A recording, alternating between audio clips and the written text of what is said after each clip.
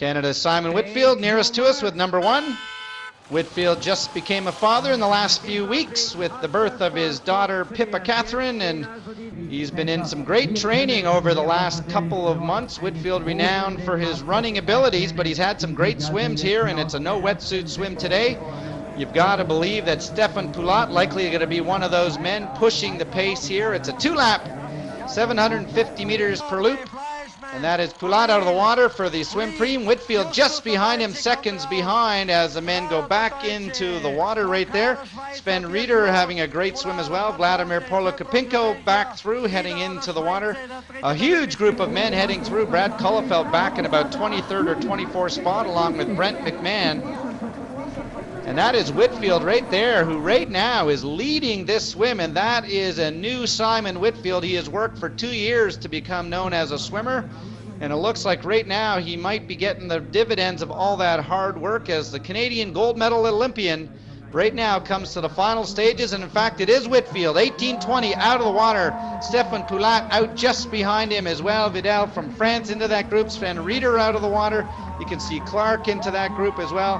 Henrik de Villiers going to be coming out of the water in just a second right there as he comes up the steps. And one long chain of men as they run towards the bikes. Going to be hard to see them getting away on this course because these men are tightly bunched together. There's Whitfield, first to the bike, wearing number 1 today, the man from Victoria, British Columbia. He already had a World Cup win in Vancouver earlier this year. 8 World Cup wins, and you can see right there we've got a group of about 35 or 40 men, including all the big names. Will Clark into that bunch, Andre Raylert from Germany into that bunch, Brad Kullefelt into the group. And we did see a couple of mini breakaways trying to occur on this course, but one by one the men eventually would be brought back together. And the loop is just a bit under 5 kilometers, and time by time as we would see a breakaway, they would eventually be brought back. Whitfield bringing back a couple of those chase groups. And as we take a look here, nobody able to get a sizable gap. The second of the chase groups down by about 1 minute plus. Riccacci from Brazil doing a tremendous amount of the work. There's one of the Austrians getting a little bit of face time, but really nobody able to get any significant breakaway on this course. The first time ever racing in Austria on a World Cup triathlon. And as the men would continue to push the pace, we would see one man after the other, including Brent McMahon, Axel Ziebrich, trying to make breakaways on this course. But again, they could have taken advantage maybe of some of the bigger, larger hills, but not able to do that. And by the end of the 40-kilometer bike ride, we would see nearly 50 men, including Henrik de Villiers. You can see there 3 laps to go, and the men one small mini breakaway after another being covered. Nobody able to get any sizable gap, and always believing that this race would come down as it did on the women's side to a great run. Off the bike, Brad Kullefelt in a great position getting ready to head out onto that course. The French with 2 or 3 athletes, including Frederic Belabre, who has been back racing for just a very short period of time. Talked to his coach and said that he was putting in some big run mileage, wasn't sure of his fitness. Shane Reed, one of the first to take off onto the course. And very quickly on, we would see some of the sport's greatest runners, Frederic Belabre, Simon Whitfield, Brad Kullefelt, Sven Rieder into that bunch, Andre Raylert from Germany. Back to our chase group that were somewhere in the neighborhood of 55 to 60 seconds down. And as the men would try to push throughout the 10-kilometer course, it would come down to the sport's greatest runners. Brad Kullefelt, one of the first to make the breakaway, along with Vidal, who was 6th at the European Championships.